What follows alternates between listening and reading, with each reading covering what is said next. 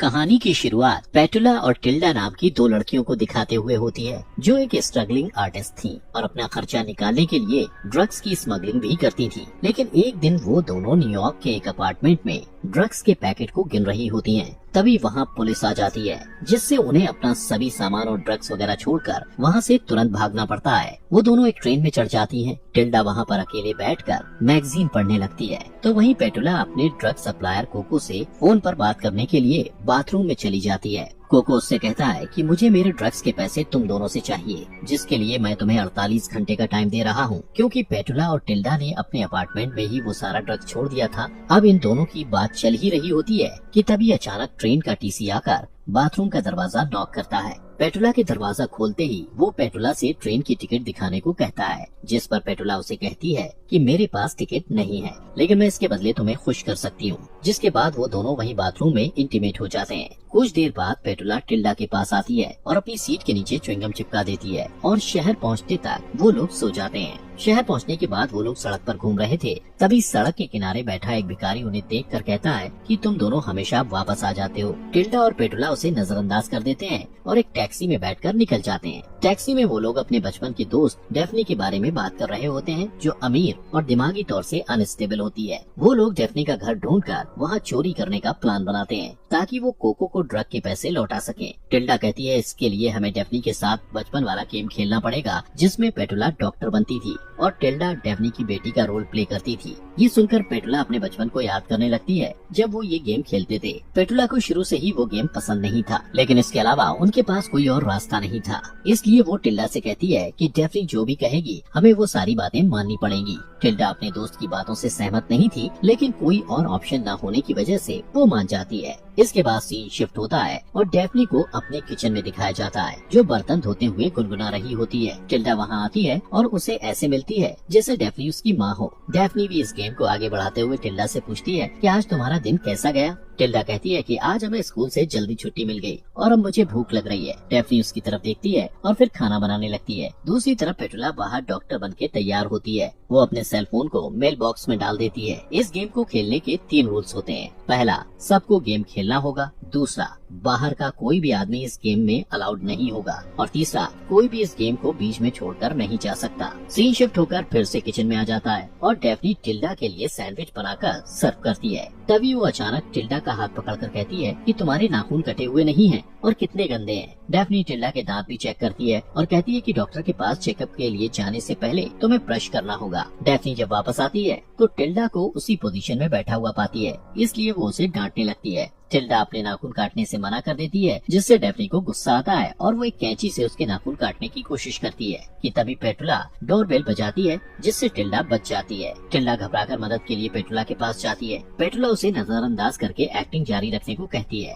Daphne पेटुला का welcome करती है और टिल्डा चेकअप कराने के लिए चुपचाप किचन में जाकर बैठ जाती है। पेटुला डेफनी से कहती है कि टिल्डा बिल्कुल ठीक है, लेकिन डेफनी को विश्वास नहीं होता। वो कहती है कि टिल्डा को 1 हफ्ते से खांसी है। इस पर टिल्डा खांसने लगती है और पेटुला उसे चेक करती है। डेफनी ये भी कहती है कि टिल्डा को चलने में कुछ परेशानी हो रही है। तब पेटुला एक हैमर लेकर टिल्डा के पैर में धीरे से मारती है, लेकिन इससे डेफनी खुश नहीं होती और वो सबको गेम का रूल बताती है। इस पर पेटुला ना चाहते हुए भी एक लोहे का हथौड़ा निकालती है और टिल्डा से माफी मांगकर उसके पैर में जोर से मारती है। टिल्डा दर्द से चिल्लाती है और उसके पैर से खून निकलने लगता है, जिससे डेफनी खुश हो जाती है। इसके बाद वो पेटुला को टिल्डा के पैर में टेप लगाने के लिए कहती है, लेकिन पेटुला कहती है कि मैं टेप लाना भूल गई हूँ। टिल्डा उन्हें रूल्स बताते हुए कहती है कि कोई भी गेम को बीच में छोड़कर नहीं जा सकता। इसके बाद रात को खाने में डेफनी फूलों से कुछ अजीब सा सूप बनाती है और टिल्डा और पेटुला को सर्व करती है। वो टिल्डा को कुर्सी से बांधकर वहाँ से थोड़ी देर के लिए चली जाती है। तब टिल्डा पेटुला से नमक देने के बहाने पास आने को कहती है। जब पेटुला उसके पास जाती है तब टिल्डा उसे कहती है कि हमारे पास पैसे लौटाने के लिए ज्यादा समय नहीं बचा है।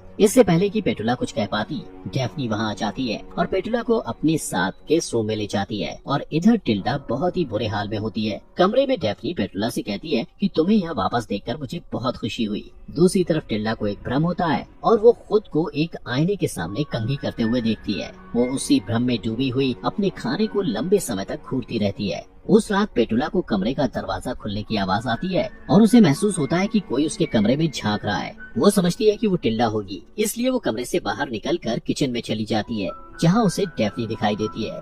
जो नींद की दवाई लेने के लिए पानी का गिलास भर रही थी। पेटुला वहाँ से जाने ही वाली होती है कि तभी डेफ्नी चाकू लेकर उसे डराती है। डेफ्नी उसे मेल डॉक्टर समझ के उसे किस करती है और उसके साथ जबरदस्ती इंटीमेट होती है। अगले दिन टिल्डा उस मेल बॉक्स को तोड़ने की कोशिश करती है, लेकिन तभी पेटुला उसे रोककर कहती है उसे कोई रूल नहीं तोड़ना चाहिए, वरना वो लोग पकड़े जा सकते हैं। फिर वो टिल्डा को बताती है कि रात को डेफ्नी ने उससे क्या करवाया था। वो दोनों इस बारे में बात करते हैं और हंसते हैं, लेकिन तभी टिल्डा कुछ अजीब सा बिहेव करने लगती है और उसे फिर से ड्रग्स की ओवरडोज की वजह से भ्रम होने लगता है। टिल्डा को अपने बचपन की एक बात याद आती है, जब टिल्डा और डेफ्नी के बीच लड़ाई हो गई थी। टिल्डा को नशे में मजे करते देखकर पेटुला को जलन होती है, इसलिए वो भी ड्रग्स लेकर वहाँ से चली जाती है। टिल्डा को नशे में अपना बचपन दिखाई देता है, जहाँ वो डेफ्नी के साथ गेम खेलने से मना कर देती है और दोनों के बीच लड़ाई हो जाती है। इस लड़ाई के बीच डेफ्नी को गलती से धक्का लगता है और वो ट्री हाउस से नीचे जमीन पर गिर जाती है। डेफ्नी को तुरंत हॉस्पिटल ले जाया जाता है। इधर सीगल नाम का एक जासूस टिल्डा और पेटुला से पूछताछ करता है, तो वो दोनों उससे झूठ बोलते हैं कि डेफ्नी ट्री हाउस से खुद गिर गई थी। सीगल उनसे पूछता है कि डेफ्नी ट्री हाउस से कैसे गिर गई, जिस पर पेटुला एक छोटी सी गुड़िया को नीचे गिराकर बताती है कि डेफ्नी ऐसे नीचे गिरी थी।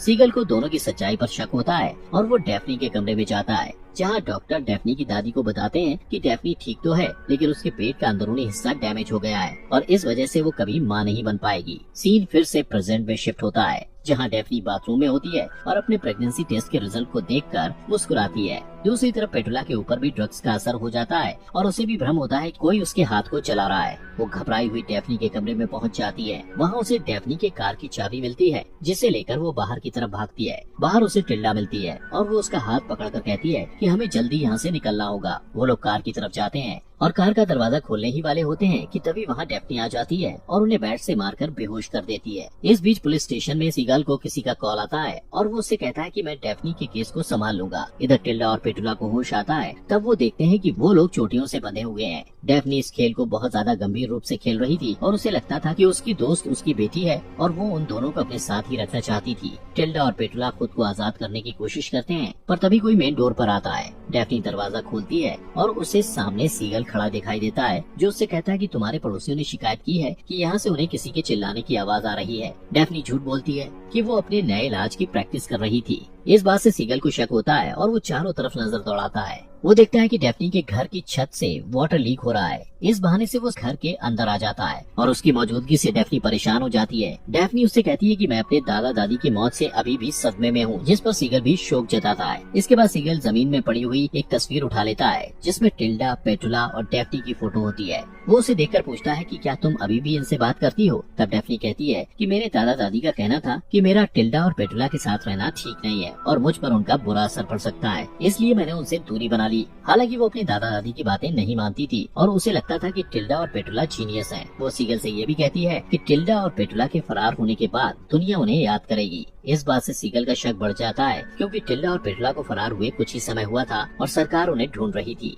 वो डेफ्नी से पूछता है कि तुम्हें टिल्डा और पेटुला के फरार होने के बारे में कैसे पता चला, क्योंकि ये खबर कोई नेशनल न्यूज नहीं है, इसलिए ऐसा नहीं हो सकता कि तुमने इसके बारे में कहीं पढ़ा हो। डेफ्नी के पास इस सवाल का कोई जवाब नहीं होता है, इसलिए वो चुप हो जाती है। तभी सीगल को ऊपर वाले कमरे से कुछ आवाजें आती हैं और वो ऊपर की तरफ जाने लगता है, पर डेफ्नी उसे रोककर कहती है कि पहले तुम मुझे सर्च वारंट दिखाओ। सीगल के पास सर्च वारंट नहीं होता। तब डेफ्नी कहती है कि तुम यहाँ से जा सकते हो। सीगल के पास और कोई रास्ता नहीं था, इसलिए वो जाने लगता है, पर जाने से पहले डेफ्नी को कहता है कि टिल्डा और पेटुला भागे हुए क्रिमिनल्स हैं। उसके जाते ही डेफ्नी घर के सभी रास्तों को बंद कर देती है। दूसरी तरफ टिल्डा और पेटुला को अभी तक घर की तिजोरी नहीं मिली थी। एक दिन नाश्ते से पहले डेफ्नी टिल्डा को हाथ धोने के लिए कहती है। टिल्डा चली जाती है और पेटुला डेफ्नी के साथ अकेली होती है। डेफ्नी पहेलियों में बातें करने लगती है, जिससे पेटुला उलझन में पड़ जाती है। डेफ्नी पेटुला से कहती है कि ये तिजोरी तक पहुंचने के लिए सुराग है और तुम इन पहेलियों के जरिए तिजोरी को ढूंढकर पैसे लेकर यहाँ से जा सकती हो। इसके बाद पेटुला टिल्डा के पास जाने के लिए भागती है, लेकिन किचन के बाहर ही टिल्डा उसे मिल जाती है,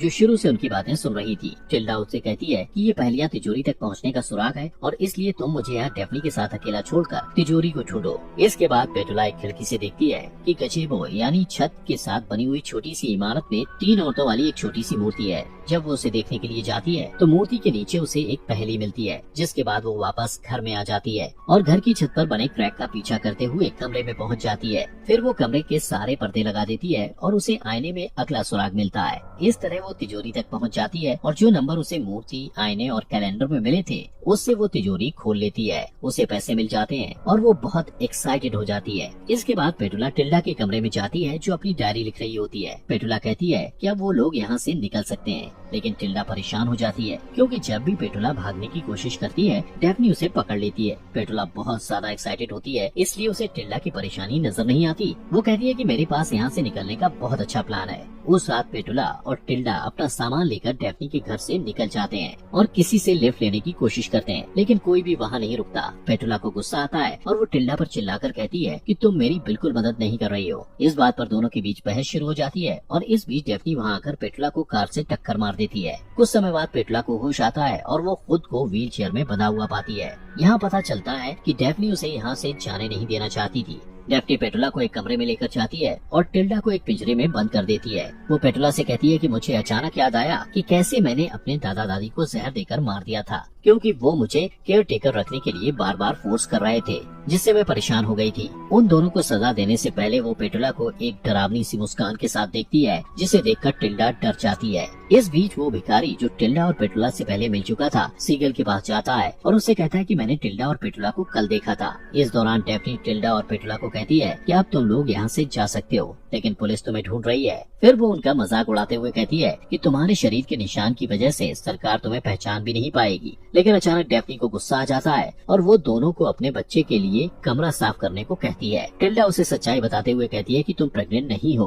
क्योंकि तुम माँ नहीं बन सकती हो, पर डेफनी कहती है कि मैं बच्चे को अपने पेट में लात मारते हुए महसूस कर सकती हूँ। टिल्डा उससे पूछती है कि तुम्हारे बच्चे का बाप कौन है। डेफनी कहती है कि डॉक्टर इसका बाप है। ये सुनकर टिल्डा अपनी हंसी पर काबू नहीं कर पाती, लेकिन पेटुला एक्टिंग करते हुए डेफनी को कहती है कि तुम्हारे बच्चे का इस दुनिया में आने का टाइम हो गया है, इसलिए तुम्हें ऑपरेशन की जरूरत है। इसके बाद वो दोनों डेफनी को मेडिकल रूम में ले जाकर मेडिकल टूल से उसकी जान लेने की कोशिश करते हैं, लेकिन तभी वहाँ सीगल पहुँच जाता है और टिल्डा और पेटुला को रोकते हुए अपने हाथ सिर के पीछे करके खड़े रहने के लिए कहता है। लेकिन तभी डेफनी उठ जाती है और सीगल पर पीछे से वार कर देती है और टिल्डा भी उसे मारने लगती है, जबकि पेटुला खून से लथपथ सीगल को हाथ लगाने से मना कर देती है और एक हथौड़े से उसे मार देती है। इसके बाद वो लोग सीगल की बॉडी को डेफनी के बगीचे में गाड़ देते हैं और उसकी कार को तालाब में डुबो देते हैं। इसके बाद वो लोग घर वापस आ जाते हैं और नहाने के बाद उनके सारे घाव अपने आप ही गायब हो जाते हैं। पेटुला बाथरूम में डांस करते हुए मन ही मन गुनगुनाती है। इसके बाद वो अपने चेहरे को इतना शेव करती है कि उसके चेहरे से खून निकलने लगता है। दूसरी तरफ टिल्डा और डेफनी माँ बेटी की तरह एक्टिंग करते हैं। टिल्डा खड़ी होती है और सामने की तरफ झुकती है। डेफनी भी ऐसा ही करती है और उन्हें देखकर ऐसा लगता है जैसे उन्होंने कोई परफॉर्मेंस खत्म किया हो। इसके बाद वो तीनों बगीचे में जाते हैं जहाँ टिल्डा खेलती है और पेटुला और डेफनी उस पर नजर रखते हैं। इतने में डेफनी पेटुला को अकेला छोड़ के चली जाती है। पेटुला को पता चलता है कि वो वहाँ अकेली है, तो वो गजेबो की तरफ चली जाती है जहाँ उसे खून से लथपथ सीगल दिखाई देता है और वो उसे देखकर डर जाती है।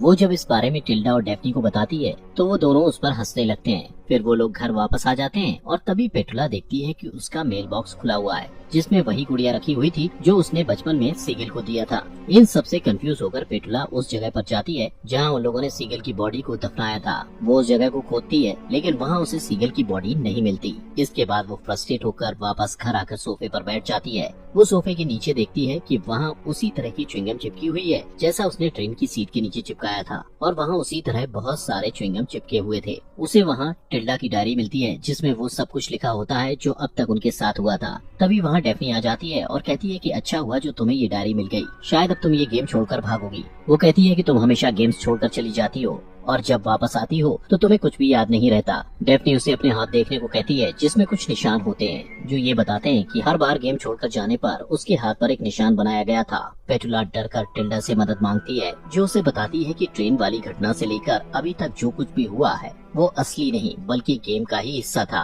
पेटुला रोने लगती है और टिल्डा उससे कहती है कि हमें ये घर छोड़कर जाने की कोई जरूरत नहीं है, क्योंकि हमें जिन चीजों की जरूरत है वो सब कुछ यहाँ पर है। यहाँ सच का खुलासा होता है और टिल्डा पेटुला की तरफ हाथ बढ़ाती है जिसे पेटुला थाम लेती है। इसके बाद एक ट्रेन वाले खिलौने को दिखाया जाता है जो वही ट्रेन होती है जिसमें टिल्डा और पेटुला बैठे थे। उन तीनों को पेंटिंग करना भी बहुत पसंद होता है और वो सीगल की ड्राइंग बनाकर उसे इमेजिन करते हैं। इसका मतलब सीगल नाम का कोई जासूस असलियत में नहीं था। इसके बाद वो तीनों खुदकुशी करने का फैसला करते हैं। कोई अपनी कलाई की नस काट कर, कोई छत से लटक कर, तो कोई जहर खाकर अपनी जान दे देता है। लेकिन ये सब भी उनके गेम का ही हिस्सा होता है, जहाँ उनके गेम का दूसरा राउंड खत्म होता है। सीन फिर से शिफ्ट होता है और एक बूढ़ी डेफनी को दिखाया जाता है जो गुनगुनाते हुए बर्तन धो रही होती है कि तभी कोई झुर्रियों वाला हाथ डोरबेल बजाता है। टिल्डा वहाँ आती है और डेफनी से ऐसे मिलती है जैसे वो उसकी माँ हो। यहाँ पता चलता है कि वो लोग कई सालों से ये गेम खेल रहे थे। टिल्डा, पेटुला और डेफनी मजे के लिए बचपन में ये खेल खेला करते थे, लेकिन जैसे जैसे वो तीनों बड़े होते गए, उनकी ये कल्पना उनके लिए असलियत में बदल गई। पेटुला हमेशा इस गेम को छोड़कर जाना चाहती थी, लेकिन कोशिश करने के बाद भी उसे गेम को आखिर तक खेलना ही पड़ता था, जिससे पता चलता है कि अब वो तीनों इस गेम से असली दुनिया में कभी वापस नहीं आ सकते थे, क्योंकि वो तीनों इस गेम में पूरी तरह डूब चुके थे। आखिर में वो तीनों अपने बचपन को पूरी तरह अपना लेते हैं और खुद को अपने बनाए हुए दीवार में कैद कर लेते हैं।